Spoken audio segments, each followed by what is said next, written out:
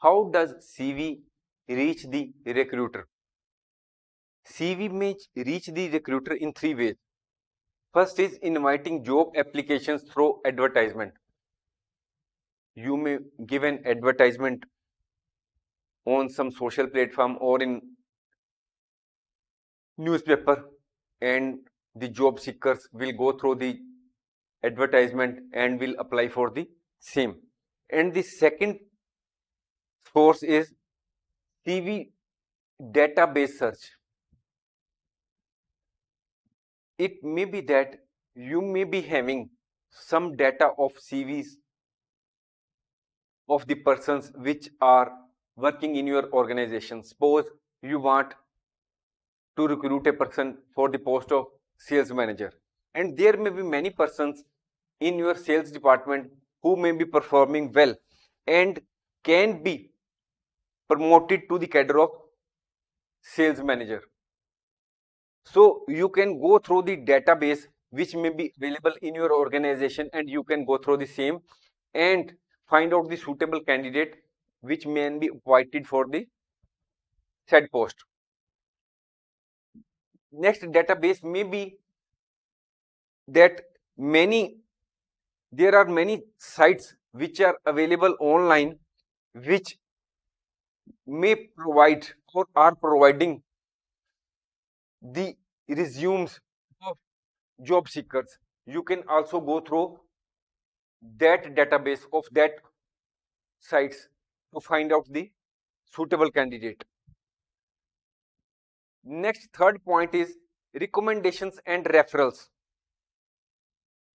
We have discussed this: job applications through advertisement, then database search. Now we come to recommendation or referral. Suppose this is your friend A. He is the head of an organization XYZ. This organization wants a marketing manager,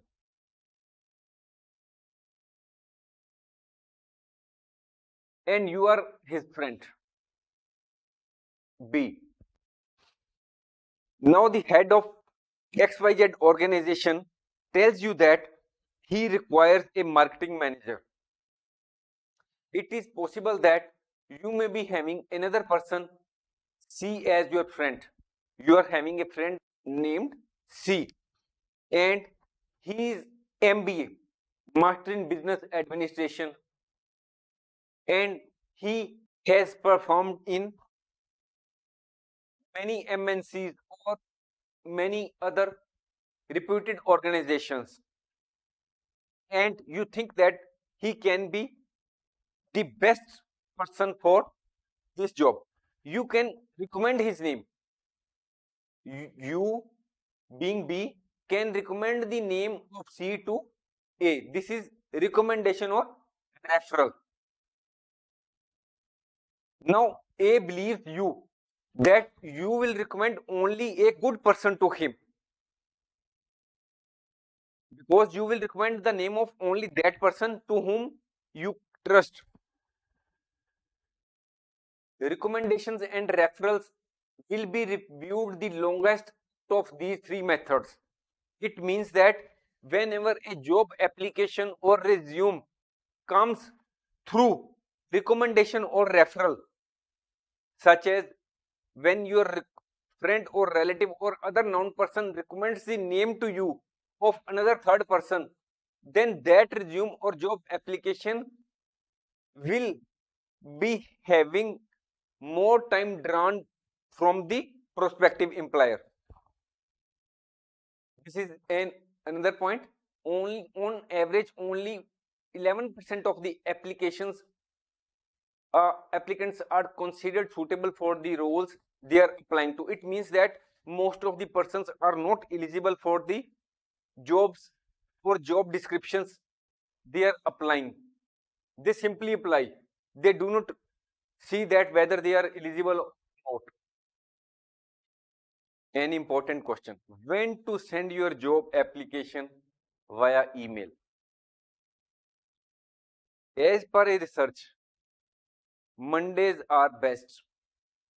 Fridays and Saturdays are worst when you apply for a job through email. However, if you apply within 96 hours after a job gets published, the chances of your getting an interview will be 8 times more. It means that within 3 days you should apply for the job from the date of publication of ad in the newspaper. After that, it means that after 3 days from the date of publication of job ad, delay of each single day reduces your chances by 28%. Then what is the best time for sending job application? Monday is the best, and the timing is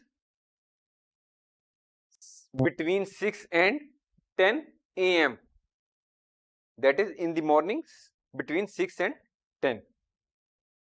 Next, whether you should use cover letter when applying for a job, or why a cover letter is important. Yes, it is generally recommended that we should use cover letter when applying for a job. Why?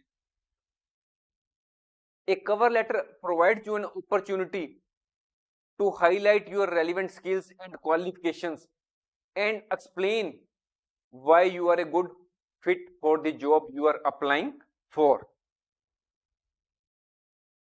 It may be possible that you have worked in 3 different organizations and you are applying for the 4th time.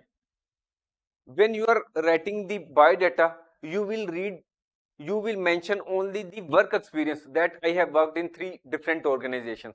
But in the biodata, you cannot mention the reasons for leaving that 3 organizations or the earlier organization, why you are leaving the previous organization. It may be that you are leaving the previous organization because of better perks or better opportunities in search of better career. So that point you cannot mention in the resume. You can mention that point, reason for leaving the earlier organization, only in the covering letter. Then it is quite possible that you have not done any job for between 2 employments. Suppose you have worked in an organization up to January 22 and the next you have started in April. Then there is a gap of 2 months or more in the 2 employments. Then that employment gap you have to also clarify for the same in your job application. In your covering letter, you can mention that the my family circumstances were such that I could not continue in any other job, such as my father was seriously ill and remained hospitalized for 3 months. There were some other family problems which forced me not to do any work. So these are the points which make it relevant for you to write or attach a covering letter with your resume. Further, an important point, most hiring managers say that cover letters are important for their hiring decision. That is, they give importance to the point that the covering letter is attached to the resume. Now another question, do candidates can send cover letters? No matter what the job ad says, even if the job ad says that you should send covering letter as well as resume, most of the students or job seekers do not send covering letter. They send without covering letter. They send only resume. Next point, should you send a cover letter if it is optional? There is no mention, or it is mentioned that you may or may not send covering letter. You may only send resume. Even answer is, even if the job ad states that cover letter is optional, you should send a cover letter. It has been found that majority of the employers or prospective hiring managers give preference to the candidates who send a cover letter. with the resume. Cover letter becomes necessary when a cover letter is required as per the job ad. If the job ad says that you are to send covering letter, you must send. If the cover job ad says that the cover letter is required and you do not send the same, it is likely that the decision maker will think that when at the initial time you are not following the instructions, then what will you do in future? So it is likely that decision maker will not consider your job application and you may not get the call for interview and you will lose the chance of getting a good job. Now we will understand the difference between hard skills and soft skills. Question before us is, employers are looking to hire employees who have the right mix of two different types of skills. What are those skills? Answer is, employers are looking to hire employees who have the right mix of two different types of skills, that is soft skills and hard skills.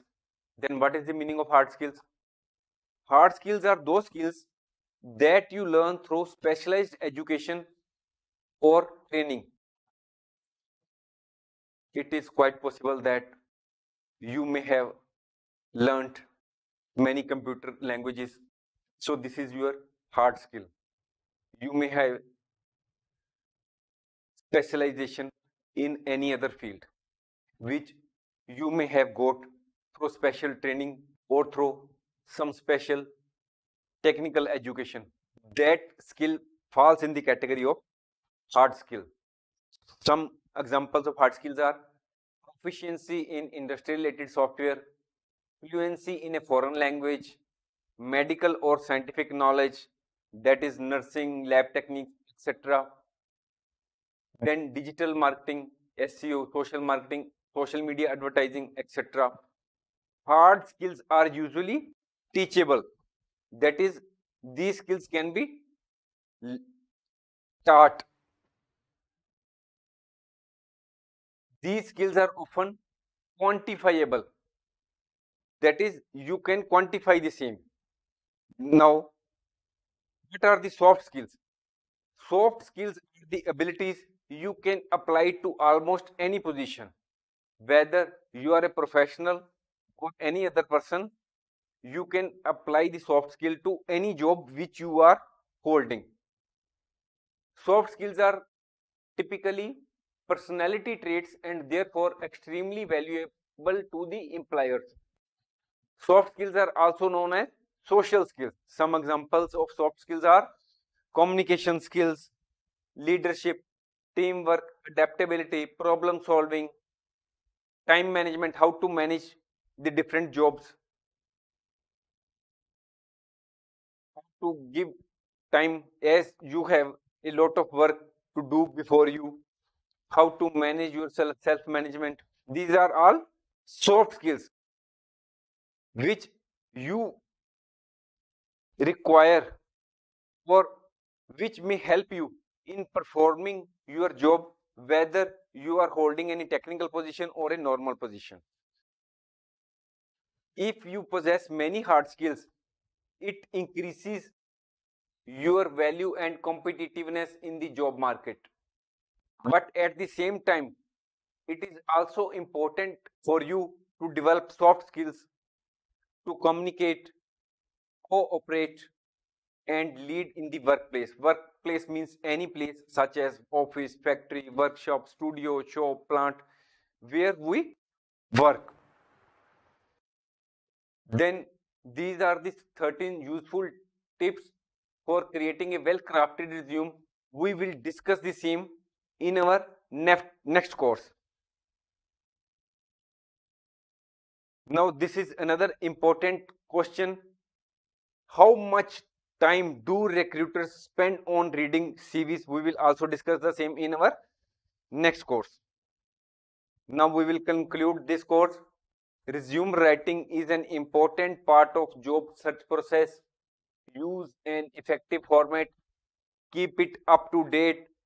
avoid long sentences. Thanks for watching. If you like our course, please spare some time to give a star rating to our course.